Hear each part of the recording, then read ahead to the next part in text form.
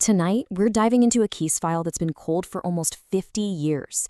It's a mystery that starts in a quiet suburban home and ends with a giant question mark that still hangs over Australia.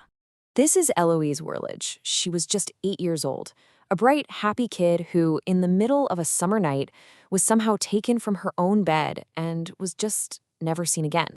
So picture this. It's Monday, January 12th, 1976. You're in Beaumaris, a peaceful suburb of Melbourne. But for the Worledge family, their world is about to turn into a nightmare. Around 7:30 in the morning, they go to wake up Eloise, and her bed is empty. Okay, so what happened in those first frantic moments? Well, the very first account of what happened that night came from the only other person who was in the room with Eloise. Eloise's 4-year-old brother was sharing the room with her, and he told the police this absolutely terrifying story. He said he heard robbers come into the room and take his big sister. He was so scared, he just froze, didn't make a sound. He even remembered hearing a crackling noise, which police figured was probably the sound of footsteps on the seagrass matting on their bedroom floor.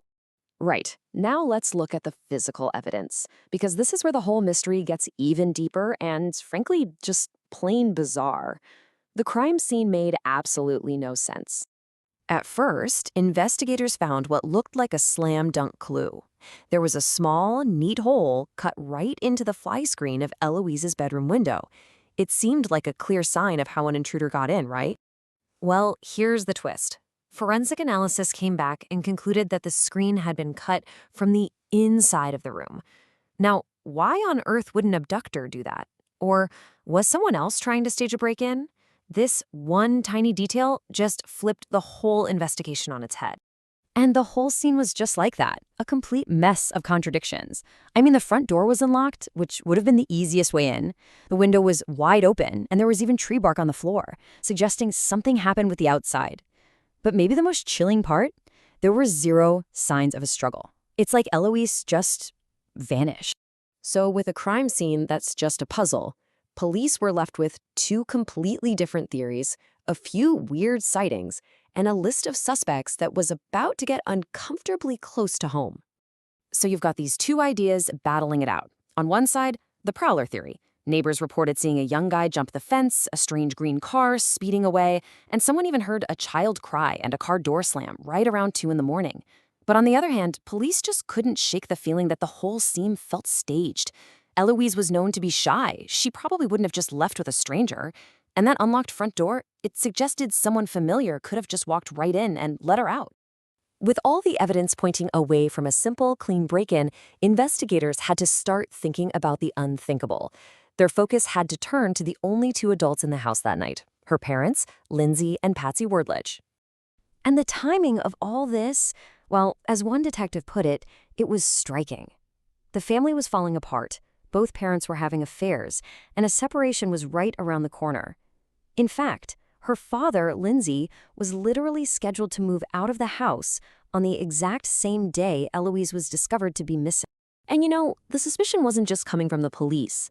Eloise's own mother, Patsy, actually told investigators she thought her husband Lindsay might be involved, maybe as some kind of cruel way to get back at her and put a stop to the divorce. Lindsay Worledge, for his part, always denied he had anything to do with it. He even took a lie detector test, but the results were inconclusive. Decades later, a cold case review in 2001 went over everything again and concluded there just wasn't any evidence to formally implicate either parent.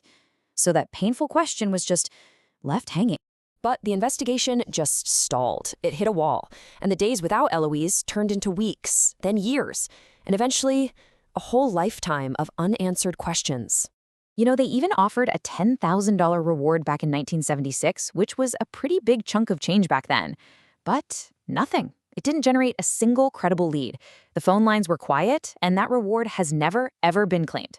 And this timeline, it really just lays out the heartbreak of it all.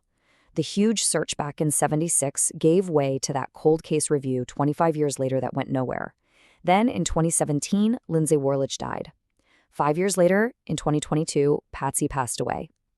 Both parents went to their graves without ever knowing what happened to their little girl. So, where are we with all of this today? For decades, the case just seemed frozen in time.